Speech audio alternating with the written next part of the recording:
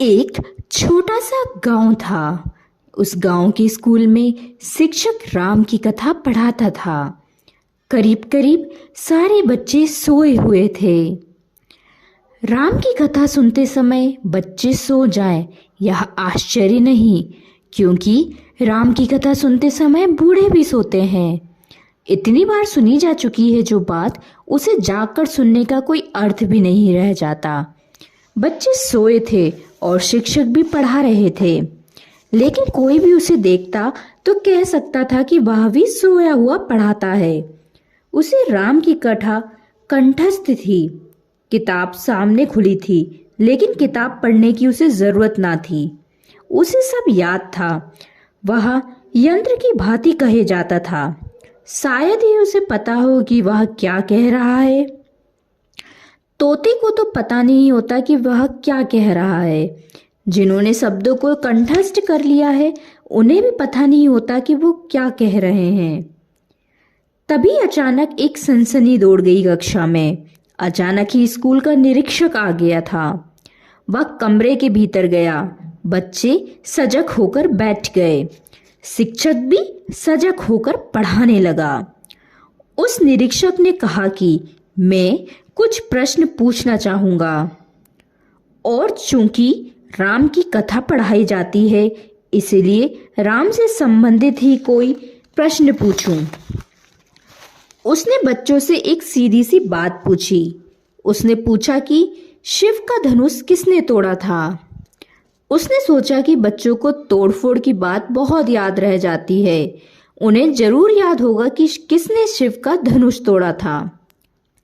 लेकिन इसके पहले कि कोई बोले, एक बच्चे ने हाथ हिलाया और खड़े होकर कहा कि क्षमा करिए, मुझे पता नहीं किसने तोड़ा था।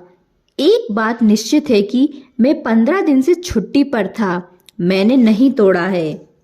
और इसके पहले कि मेरे पर कोई इल्जाम लग जाए, मैं पहले ही साफ कर देना चाहता हूँ कि धनुष का मुझे कोई पता ही नहीं है। क्योंकि जब भी इस स्कूल में कोई चीज टूटती है तो सबसे पहले मेरे ऊपर दोषारोपण होता है, इसलिए मैं निवेदन किए देता हूँ। निरीक्षक तो हैरान रह गया। उसने सोचा भी नहीं था कोई यह उत्तर देगा। उसने शिक्षक की तरफ देखा। शिक्षक अपना बैंत निकाल रहा था और उसने कहा कि जरूर इसी बदमाश ने तोड़ा होगा। इसकी हमेशा की आदत है, और अगर तूने नहीं तोड़ा था तो तूने खड़े होकर क्यों कहा कि मैंने नहीं तोड़ा है। और उसने इंस्पेक्टर से कहा, आप इसकी बातों में मत आइए, यह लड़का शरारती है, और स्कूल में 100 चीजें टूटे तो 99 यही तोड़ता है। और उसने इंस्पेक्टर से कहा, आप इसकी बातों में नहीं आइए, यह लड़का शरारती है। तब तो वह निरीक्षक और हैरान हो गया। फिर उसने कुछ भी वहां कहना उचित ना समझा। वह सीधा प्रधान अध्यापक के पास गया। जाकर उसने कहा कि यह घटना घटी। राम की कथा पढ़ाई जाती थी जिस कक्षा में, उसमें मैंने पूछा कि शिव का धनुष किसने तोड़ा था, तो एक बच्चे ने कहा मैंने नहीं तोड़ा, मैं 15 दिन छुट्टी पर था। यहाँ तक तो गनीमत थी, लेकिन शिक्षक ने यह कहा कि जरूर इसी ने तोड़ा होगा। जब भी कोई टूटती है तो यही जिम्मेदार होता है। इसके संबंध में क्या किया जाए? उस प्रधान अध्यापक ने कहा, इस संबंध में एक ही बात की जा सकती है कि अब बात को आगे ना बढ़ाया जाए, क्योंकि लड़कों से तो कुछ भी कहना खतरा मोल लेना है। किसी भी क्षण हड़ताल हो सकती है, अनशन हो सकता है। अब जिसने भी तोड़ा होगा। आप कृपया करें और बात बंद करें। कोई 2 महीनों से शांति चल रही है स्कूल में, उसको भंग करने की कोशिश मत करें। ना मालूम कितना फर्नीचर तोड़ डाला है लड़कों ने, हम चुपचाप देखते रहते हैं। स्कूल की दीवारें टूट रही हैं, हम चुपचाप देखते रहते हैं, क्योंकि कुछ भी बोलना खतरनाक है।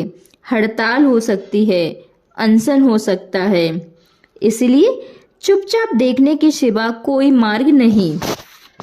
वह इंस्पेक्टर तो अबाक, वह तो आंखें फाड़े रह गया। अब कुछ कहने का उपाय ना था। वह वहां से सीधा स्कूल की जो शिक्षा समिति थी उसके अध्यक्ष के पास गया। और उसने जाकर कहा कि यह हालत है स्कूल की। राम की कथा पढ़ाई जाती है, वहां बच्चा कहता है कि मैंने शिव का धनुष नहीं तोड़ा। शिक्षक कहता है इसी ने तोड़ा होगा। प्रधान अध्यापक कहता है जिसने भी तोड़ा होगा बात को रफा दफा कर दें, शांत कर दें।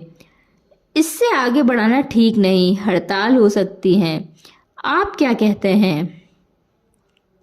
उस अध्यक्ष ने कहा कि ठीक ही कहता है प्रधान अध्यापक, किसी ने भी तोड़ा हो हम ठीक करवा देंगे समिति की तरफ से। आप फर्नीचर वाले के यहाँ भिजवा दें और ठीक करवा लें।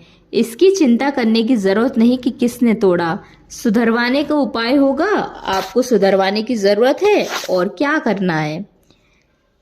वह स्कूल का इंस्पेक्टर मुझसे यह सारी बात कहता था। वह मुझसे पूछने लगा कि क्या स्थिति है यहाँ। मैंने उससे कहा इसमें कुछ बड़ी स्थिति नहीं है, मनुष्य की एक सामान्य कमजोरी है, वही इस कहानी में प्रकट होती है।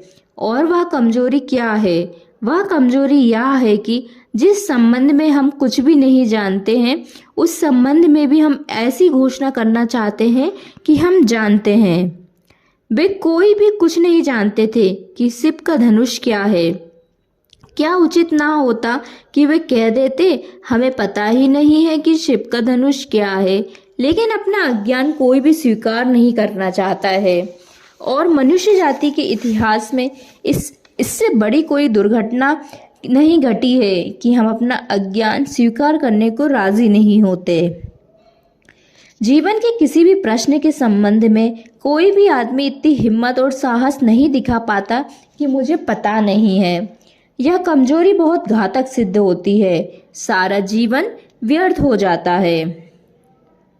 और चूंकि हम यह मानकर बैठ जाते हैं कि हम जानते हैं, इसलिए जो उत्तर हम देते हैं वे इतने ही मूर्खतापूर्ण होते हैं जितने उस स्कूल में दिए गए थे।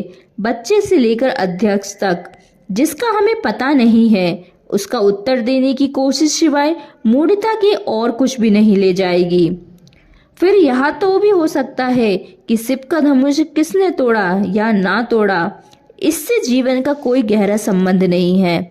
लेकिन जिन प्रश्नों के जीवन से बहुत गहरे संबंध होते हैं, जिनके आधार पर सारा जीवन सुंदर बनेगा या कुरूप हो जाएगा, स्वस्थ बनेगा या विक्षिप्त हो जाएगा, जिनके आधार पर जीवन की सारी गति और दिशा निर्भर है, उन प्रश्नों के संबंध में भी हम यह भाव दिखलाने की कोशिश करते हैं कि हम जानते हैं।